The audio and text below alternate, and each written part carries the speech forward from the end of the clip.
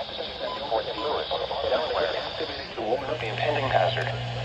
Tests of the signal are normally conducted by the National Weather Service in Mount Holly, New Jersey, every Wednesday between 11 a.m. and noon.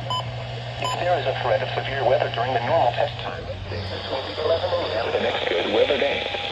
Reception of this broadcast, and especially the one along film, will vary. Weather days. Reception variability, normally more noticeable at greater distances from the transmitter, can occur even though you are using a good quality.